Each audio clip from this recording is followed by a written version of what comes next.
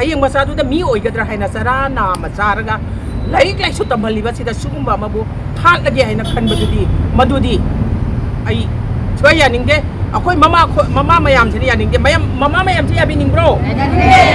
madugi damta ne akoi ngasi kholau matang miyam da pijage haina akoi na sida phamjari base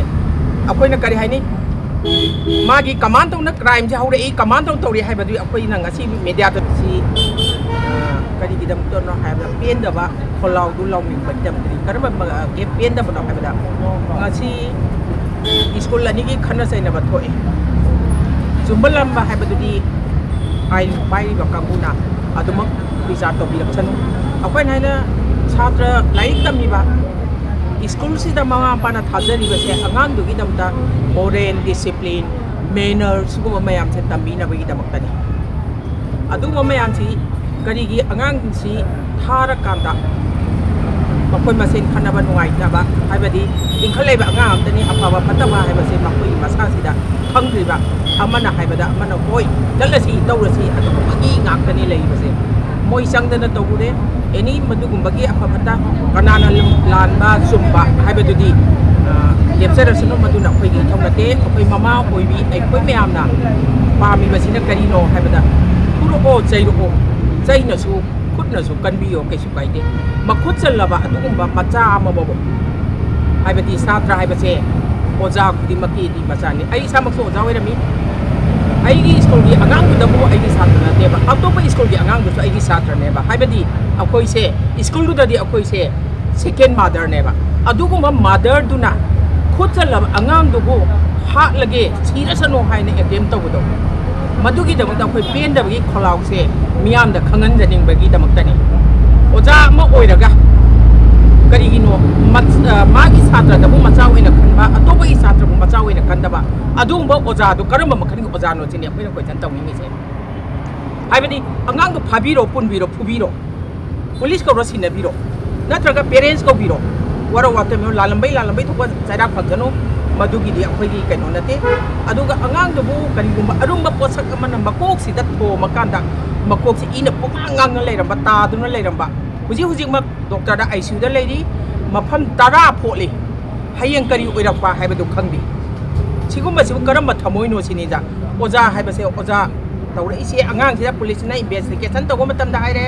ai na wal se songge to go matam da ai compire ting da bire aduga arunga pot amana mai makok sida thoma e hai masi police al sulai ba magi report ni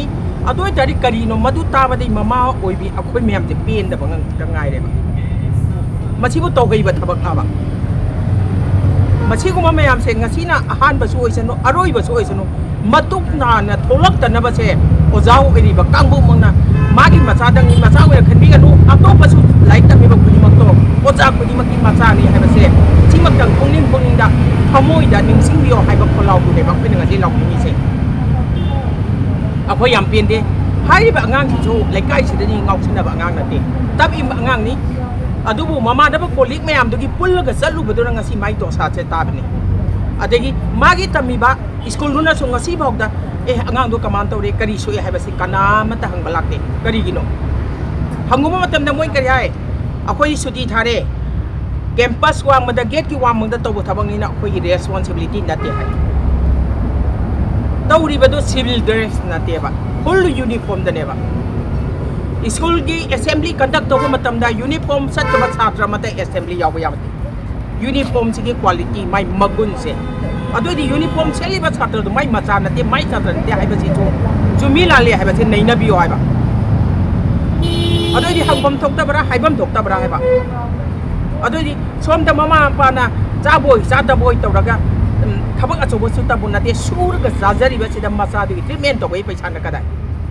hayeng masa du da mi oigadra haina sara na macha raga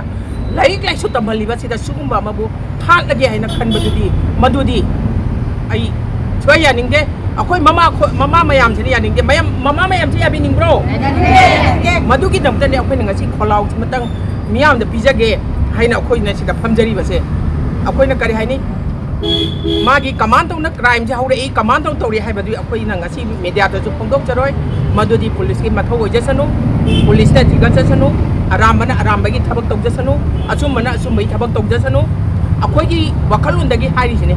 ꯉꯁꯥꯏꯒꯤ ꯃꯥꯕꯨ ꯊꯤꯅ ꯍꯥꯠꯂꯒꯦꯅ ꯇꯧꯕꯤꯔꯛꯄꯗꯣ ꯃꯗꯨꯒꯤ ꯄꯦꯟꯗꯕꯗꯣ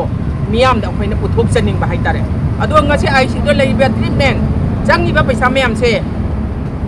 ꯀꯔꯝꯕ ꯀꯦꯝꯄꯁꯇ ꯑꯉꯥꯡꯗꯨꯕꯨ ꯈꯨꯠ ꯊꯥꯔꯛꯀꯦ ꯀꯔꯝꯕ ꯀꯦꯝꯄꯁꯇ ꯑꯉꯥꯡꯗꯨꯕꯨ ꯒ꯭ꯌꯥꯟ ꯃꯥꯡꯍꯜꯂꯛꯀꯦ ꯃꯗꯨ ꯃꯈꯣꯏꯅ ꯄꯨꯕꯤꯒꯗꯕꯅꯤ ꯍꯥꯏꯕ ꯋꯥꯈꯜ ꯋꯥꯍꯩꯁꯤꯃꯁꯨ ꯑꯩ ꯊꯝꯖꯔꯝꯒꯦꯕ